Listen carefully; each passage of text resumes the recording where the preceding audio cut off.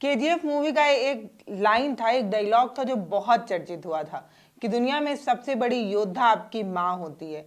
और ये चीज़ हमारी माएँ हर बार प्रूफ करके भी दिखाती हैं। जब हम बहुत ज़्यादा दुखी होते हैं, किसी चीज़ को लेके फ्रस्ट्रेट महसूस करते हैं, बहुत ज़्यादा थका महसूस करते हैं या ज़िंदगी से हारा महसूस करते हैं, तो हमें थामने वाली, हमें मजबूत करने वाली, हमें और ज़्यादा मोटिवेट करने वाली अगर कोई होती है तो वो हमारी माँ होती है। और जब हम किसी चीज़ को पाकर खुश होते हैं तो हमसे ज़्यादा खुशी हमारे माँ के चेहरे पर देखने को मिलती है ना। मतलब वो माँ ही है जो आपको आपसे बेहतर समझती है, वो माँ ही है जो आपके लिए हर कुछ कर सकती है, बिना किसी स्वार्थ, बिना किसी तमन्ना, बिना किसी लालच के। कहते भी हैं कि माँ का प्यार बिना फिल्टर्ड होता है। मतलब आजकल हर रिश्ते फिल्टर्ड हो सकते हैं, लेकिन माँ का जो रिश्ता होता है वो बिना किसी फिल्टर का होता है। माँ के रिश्ते में कोई दिखावट, कोई बनावट नहीं होता, वो समर्पण और प्यार की भावना होती है। और अगर आप मिडिल क्लास या गरीब परिवार से आते हैं, आपकी परिस्थितियां ही आपको सबसे अच्छा मोटिवेट कर सकती हैं। इसके बावजूद अगर आप कोई ऐसी सक्सेस स्टोरी या मोटिवेशनल स्टोरी देखकर मोटिवेट हो रहे हैं तो आप अपने आप से छल कर रहे हैं, क्योंकि आप अपनी काम करती माँ को, उसके चेहरे पर पड़ी झुर्रियों को, उसकी मेहनत को देखकर आप ज़्यादा मोटिवेट महसूस कर सकते हैं और वो उस परिस्थिति से निकलने के लिए आप अपना 100% दे सकते हैं। लेकिन अगर उस परिस्थिति में होने के बावजूद आपको वो चीज़ें मोटिवेट नहीं कर पा रही हैं तो आप एक दिखावटी और बनावटी इंसान है और कुछ नहीं। अब आप सोच रहे होंगे कि इतनी भूमिका क्यों गढ़ी जा रही है। तो दरअसल मेरे पास एक कहानी है, कहानी कम हकीकत है, जो मुझे आपके साथ साझा करनी है और ये दिखाना है कि एक माँ क्या कुछ नहीं कर सकती है।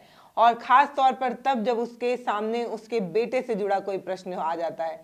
ये एक माँ है जो डिलीवरी बॉय है। जोमेटो में अमूमन डिलीवरी बॉयज़ को हम सुनते हैं, लेकिन ये डिलीवरी गर्ल हैं और सिर्फ गर्ल ही नहीं, डिलीवरी मॉम है। ये खाना पहुंचाने का काम करती हैं। स्क्रीन पर आपको इनके विजुअल नज़र आ रहे होंगे।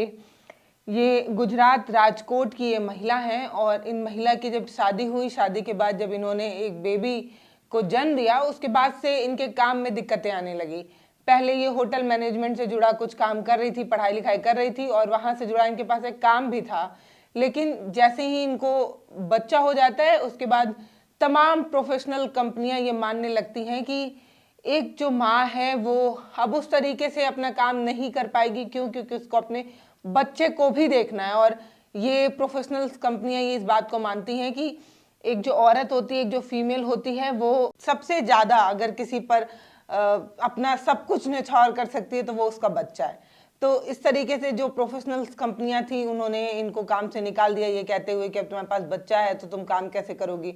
उसके बाद ये महिला कई जगहों पर बर्तन मांजने के लिए भी और घर का हेल्प करने के लिए भी काम जो है वो ढूंढती हैं। लेकिन कोई भी जो अमीर घर होते हैं या ये कह दें कि बड़े घर होते हैं, काइंड ऑफ, उनके दिल बड़े नहीं होते, बस उनके घर बड़े होते हैं। वो पैसे से बड़े होते हैं लेकिन इंसान के रूप में वो बेहतर नहीं होते।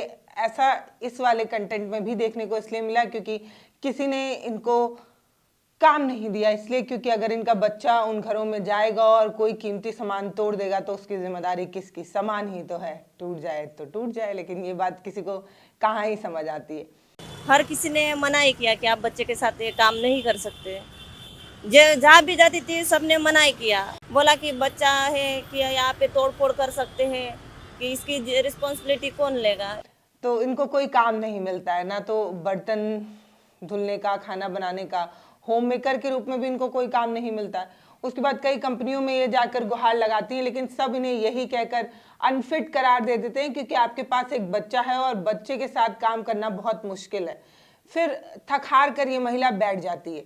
अब तो मतलब ये ऐसा रास्ता है कि इनको आराम से इस बात को मान लेना चाहिए कि शायद दुनिया में कोई नौकरी ही नहीं बची और अब हम कमाएं और खाएं क्या। भगवान के भरोसे हाथ पे हाथ रख कर बैठना आसान था, लेकिन ये महिला ऐसा नहीं करती है। और अगर ये ऐसा कर देती तो शायद स्टोरी भी ना बन पाती। फिर क्या था? फिर इन महिला के पास एक बाइक थी, बाइक चलाना इनको आता भी था। फिर इन्होंने अपने बच्चे को बाइक पर आगे बैठाया और जोमेटो से खाना उठाना और डिलीवर करने का काम इन्होंने शुरू किया। यानी कि सुबह उठने के बाद अपने बच्चे की देखरेख, जो मूल चीज़ें होती हैं वो करने के बाद अपने बच्चे को बाइक पर आगे बैठाकर पीछे जोमेटो का बैग रखकर सुबह से लेकर शाम तक और शाम से लेकर सुबह तक ये डिलीवरी करती हैं, ताकि खाना पहुंचाती हैं ताकि इनके बच्चे की जो ज़रूरत है उनको पूरा किया जा सके। अब आप सोच रहे होंगे कि शादी हो गया, बच्चा हो गया, उसके बाद इस तरीके की काम की जिम्मेदारी इनके पति के कंधे पर आनी चाहिए, और एक पति का काम होता है कि वो कमा कर लाए और पत्नी और बच्चे को खिलाए। लेकिन हर महिलाएं ऐसी नहीं होती हैं। कुछ महिलाएं स्वावलंबी भी होती हैं और कुछ महिलाएं आत्मनिर्भर भी अपने आप को बनाने की कोशिश में लगी होती हैं। ऐसी एक कहानी इनकी भी है। इन्होंने ये बात साफ की है कि मुझे ऐसा लगता है कि काम करना बहुत ज़रूरी है। और जब मैंने इनको पहली बार देखा तो मुझे न जाने क्यों रानी लक्ष्मीबाई याद आ गई। हालांकि उनका बच्चा उनके पीठ पर था, लेकिन इनका बच्चा बाइक के आगे था। लेकिन बच्चे के साथ काम करते इन महिला को देखकर न जाने क्यों रानी लक्ष्मीबाई याद आ रही थी। और युद्ध के मैदान में जब रानी लक्ष्मीबाई अपने बेटे को पीठ पर बांधकर जब तलवार भाज रही थी तो अच्छों को उन्होंने धूल चटा दी थी। ऐसी ही हैं महिलाएं बहुत आत्मनिर्भर हो सकती हैं। समय आने पर वो दुर्गा भी बन सकती हैं और हर परिस्थिति में वो रोती भी नजर आती है। मतलब बहुत सारे लोग ये कहते हैं कि लड़कियों का तो काम ही है कि वो बस रो देती हैं और अपनी बात मनवा लेती हैं। तो महिलाएं सॉफ्ट भी होती हैं और ज़रूरत पड़ने पर वो काली बनकर संहार भी कर सकती हैं। ऐसा ही कुछ इनके केस में भी देखने को मिला। इन्होंने बताया कि पहले ये रात के समय जो है वो डिलीवरी किया करती थी। खाना पहुंचाने का काम इनका रात का हुआ करता था। दिन में ये बच्चे की देखरेख करके और छोटा मोटा कुछ और काम कर लिया करती थी। रात में ये फूड डिलीवरी का काम करती थी।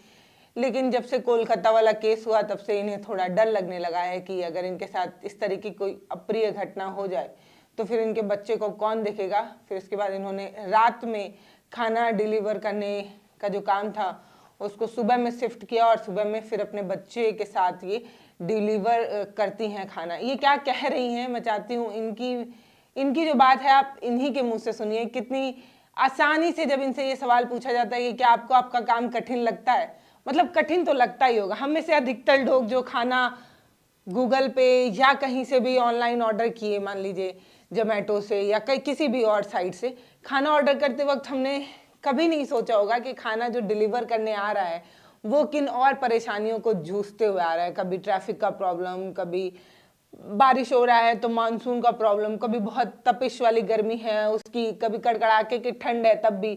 लेकिन भाई साहब हमको तो आधे घंटे के अंदर खाना चाहिए तो चाहिए। अगर उससे लेट हुआ तो हम कई बार उसको फटकार भी देते हैं, डांट भी देते हैं। लेकिन हम कभी ये नहीं समझ पाते कि उसने क्या फेस कर कर आपका खाना आपके घर तक पहुंचाया है। आप उसे पैसा देते हैं इसलिए आप उसे डांट भी सकते हैं, ऐसा हमारा मानना होता है। इनसे जब पूछा जाता है कि क्या आपको आपका काम कठिन लगता है तो इन्होंने कहा कि शुरुआत में तो बहुत कठिन लगता था लेकिन अब नहीं लगता। सुनिए ये क्या कह रही हैं इन्हीं की जुबानी। और ऐसा नहीं है कि मैंने यही क्यों चालू किया है, कि इससे पहले भी मैंने 2-3 जगह पे जॉब के लिए ढूंढा। जॉब नहीं मिलती थी तो घर काम के लिए ढूंढा। एटलीस्ट मेरे बच्चे के साथ साथ मैं काम तो कर लूँ। कई ऐसे हीरोज होते हैं जो फ्रेम में नजर आ जाते हैं, कई ऐसे हीरो होते हैं जो पर्दे पर नजर आते हैं। लेकिन बहुत सारे ऐसे भी हीरोज हैं हमारे समाज में जो कैमरे पर तो नहीं नजर आते लेकिन जिंदगी में वो कुछ ऐसा ही बेहतर काम कर रहे होते हैं जो बिना शोर मचाए हमें एक बड़ा हौसला और एक बड़ी उम्मीद दे सकते हैं। जिन लोगों को भी अपनी किस्मत से शिकायत है ना, सब कुछ मिल जाने के बाद उन्हें अगर ऐसा लगता है कि हे भगवान हमें ही ऐसा क्यों कर रहे हैं, हमारे साथ ही परेशानी क्यों दे रहे हैं, तो इस महिला को देखिए। एक दूध पीता बच्चा बाइक पर बैठा कर खाना डिलीवर करती है जो महिला है, वो आपके लिए प्रेरणा भी हो सकती है, हौसला भी हो सकती है, या आप इसकी बेबसी और लाचारी के लिए इन पर दया कर सकते हैं। लेकिन मुझे ऐसा लगता है कि आप इनको दया और सहानुभूति से ज़्यादा इन्हें, इनकी स्टोरी, इनकी मेहनत को आप प्रेरणा लेकर देखिए तो यकीन मानिए कि आपकी आधी से ऊपर दिक्कतें या आधी से ऊपर परेशानी जिसको लेकर आप भगवान को कोसते हैं वो अपने आप ही खत्म हो जाएगी। आपके पास जो कुछ भी है उसके लिए आपको शुक्रमंद होना चाहिए, आपको इसके लिए भगवान को धन्यवाद करना चाहिए, क्योंकि बहुत सारी दुनिया में ऐसे भी लोग हैं जो पूरे दिन मेहनत करने के बाद भी 2 जून की रोटी नहीं पा रहे हैं। तो आपको जो मिला है उसके लिए आपको भगवान को धन्यवाद कहना चाहिए। बाकी ऐसी कहानियां हम आपके साथ हमेशा लाते रहेंगे जो आपको थोड़ा सा मोटिवेट करेंगी, थोड़ी देर के लिए ही सही, लेकिन ये सवाल ज़रूर पूछेंगी कि इतना क्यों रोते हो भाई, बहुत कुछ तो है। नमस्ते।